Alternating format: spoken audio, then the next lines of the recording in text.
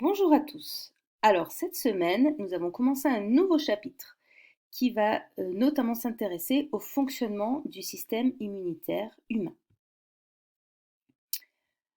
Donc, pour introduire ce chapitre, qu'est-ce que le système immunitaire? Donc, le système immunitaire, c'est les différents organes, cellules ou molécules qui interviennent dans l'immunité. Et l'immunité, c'est tout simplement l'ensemble des mécanismes qui visent à protéger l'organisme, le protéger des agents infectieux, mais également le protéger de lui-même lorsque, par exemple, il y a des tissus qui sont endommagés ou des cellules qui deviennent cancéreuses. Alors, cette immunité repose sur deux systèmes que vous avez déjà vus dans les années précédentes. L'immunité qu'on appelle innée, que vous connaissez sûrement sous le nom de non spécifique, et l'immunité qu'on qualifie d'adaptative, que vous connaissez sous le nom d'immunité spécifique. Cette année, nous allons approfondir la connaissance de ces deux mécanismes. Enfin, les capacités immunitaires d'un individu peuvent évoluer au cours de sa vie. Donc, première chose, comment est-ce qu'on sait qu'une réaction immunitaire se met en place dans un organisme? Tout simplement parce qu'il y a des marqueurs, des symptômes qui vont apparaître dès qu'une réaction inflammatoire se met en place. Et c'est l'objet de la première activité. Donc en effet, dès que votre système immunitaire est mis en action, il y a apparition de 4 symptômes: rougeur, chaleur, gonflement et douleur au niveau de la zone dans laquelle les réactions se mettent en place. Et l'objet de cette activité était de comprendre quelle était l'origine de ces différents symptômes. Donc pour cela, vous aviez à votre disposition une petite vidéo et vous deviez retracer sous la forme d'un schéma, en fait, résumer sous la forme d'un schéma les différents phénomènes et leurs conséquences. Donc tout d'abord, notre corps est protégé des éléments extérieurs par des barrières naturelles dont la peau en fait partie. Mais lorsque vous avez une lésion cutanée, c'est-à-dire une coupure au niveau de la peau, on est d'accord qu'il y a une porte qui s'ouvre et par cette petite porte, des bactéries peuvent entrer.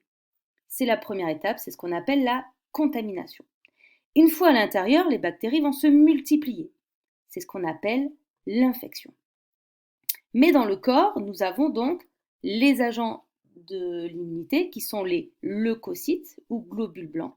Donc il en existe plusieurs sortes et les mastocytes, qui sont donc une sorte de leucocytes, sont présents dans les tissus et si vous voulez, c'est comme si c'était des agents de surveillance. Ils sont là, ils veillent et dès que des bactéries entrent dans le corps, dès qu'ils détectent des bactéries, ils vont libérer ce qu'on appelle des médiateurs chimiques. Donc c'est tout simplement des molécules chimiques dans l'organisme.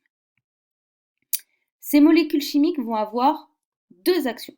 Première action, certaines vont stimuler les terminaisons nerveuses présentes au niveau donc de la peau et c'est ce qui va expliquer l'apparition de douleurs.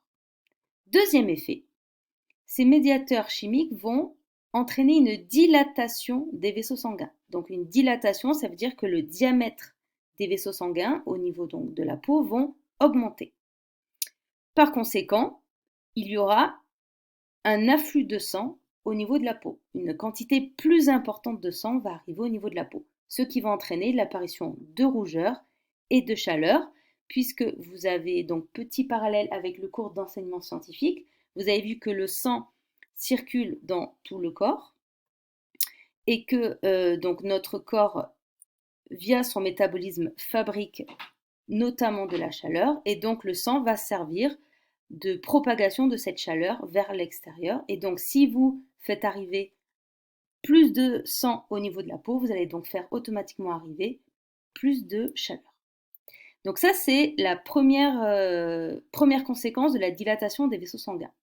Deuxième conséquence, il va y avoir une perte de perméabilité de la paroi des vaisseaux sanguins. En effet, les bulles qui bordent les capillaires sanguins vont devenir moins jointives et donc cela va permettre l'infiltration de plasma dans le sang.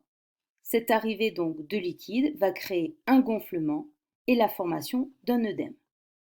Donc là, nous venons d'expliquer l'apparition des 4 symptômes marqueurs de la mise en place donc d'une réaction immunitaire.